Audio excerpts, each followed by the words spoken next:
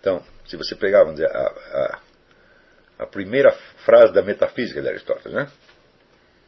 Todos os homens têm por natureza o desejo de conhecer. Não é isso? Você veja, Aristóteles dedica páginas e páginas e páginas e páginas à discussão do que seja uma natureza. Né? E na hora que ele escreve todos os homens por natureza têm o desejo de conhecer, ele não está usando a palavra natureza simplesmente no sentido que você pode encontrar no dicionário, mas no sentido em que ele elaborou o conceito. Então, se você não tem isso em vista, você simplesmente não entende o que ele está dizendo. Vamos dizer, essa é uma característica dos escritos filosóficos. Vamos dizer que cada frase de um escrito filosófico é um microcosmo que contém condensadamente toda a filosofia do cidadão. Isso quer dizer assim, isso não é nada de mágico, isso significa apenas que o filósofo não se esqueceu da sua filosofia no momento em que está escrevendo aquela frase. Né? Ele escreveu como se fosse, vamos dizer, um buraquinho por onde todo o pensamento dele está sendo filtrado para você sob uma forma particular específica, mas a estrutura geral está dada ali. Então, é por isso que é preciso aprender a ler essas coisas muito lentamente, para, na compreensão de cada frase, você carregar todo aquela reserva, aquele patrimônio, tá certo? De ideias, de experiências que constitui o mundo daquele filósofo. Por exemplo, quando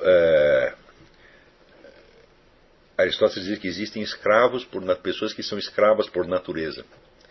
Né? A quantidade de besteira que se escreveu sobre isto é uma coisa fenomenal, porque são pessoas que ouvem isso e entendem natureza no sentido atual. Então, quer dizer, estão entendendo a natureza no sentido de uma lei física externa que se impõe ao indivíduo.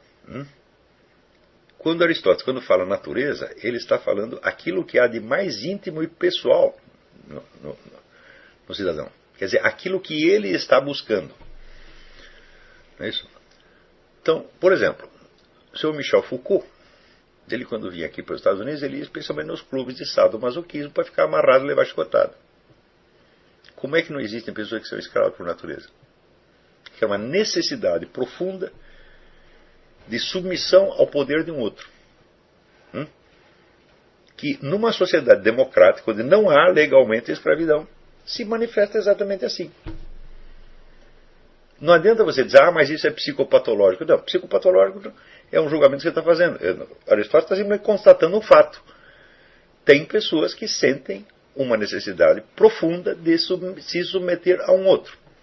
Seja de uma forma constante, seja em certos momentos de maior intensidade. Quer dizer, essa natureza escrava de Michel Foucault, ela se condensava naqueles momentos onde que foram muitos, né? Ele passou muito tempo indo nesses clubes. E era uma coisa mais ou menos clandestina. Isso quer dizer que o impulso autoescravizante na nossa sociedade tornou-se patológico. Mas é a sociedade que o rotula assim. Ele não é necessariamente patológico, e não precisa necessariamente se expressar em clubes de sadomasoquismo. Não é isso? Então,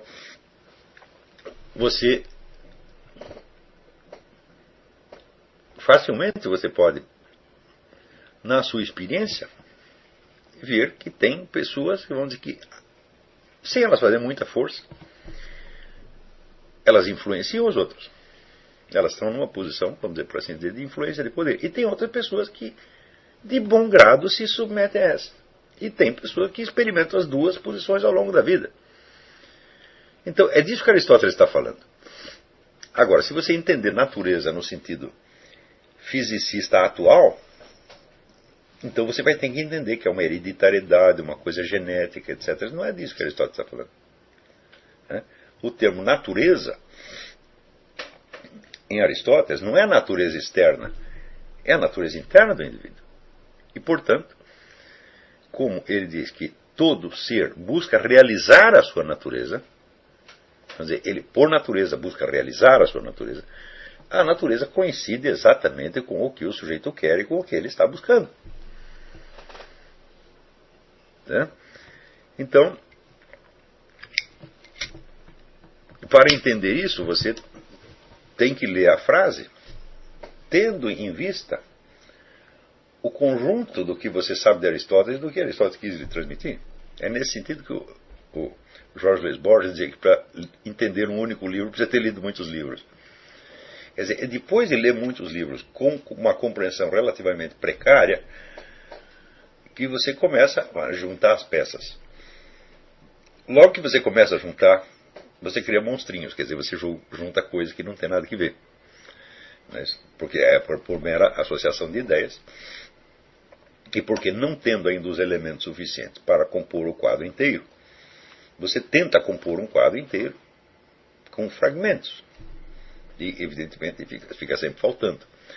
Então, quer dizer, precisa de uma longa prática. E, de fato, o mundo dos estudos superiores é a conquista, vamos dizer, deste conjunto de peças de um quebra-cabeça que permite você montar as coisas com a figura que elas realmente têm. Que elas têm efetivamente vamos dizer, na realidade, e não apenas como projeção da sua mente. O número de erros que você precisa fazer, o número de sínteses erradas que a gente cria até chegar lá, é um negócio absolutamente fantástico. Eu me lembro, por exemplo, que eu, aos 15 anos de idade, eu descobri a lei dos 3 estados. Foi muitos anos depois é que eu descobri, quer dizer, a humanidade atravessa 3 fases, assim, assim, assim. Foi muito tempo depois que eu descobri que aquilo não tinha sido descoberto por mim, tinha sido descoberto por Augusto Comte e estava errado. Mas naquele momento me pareceu uma grande coisa.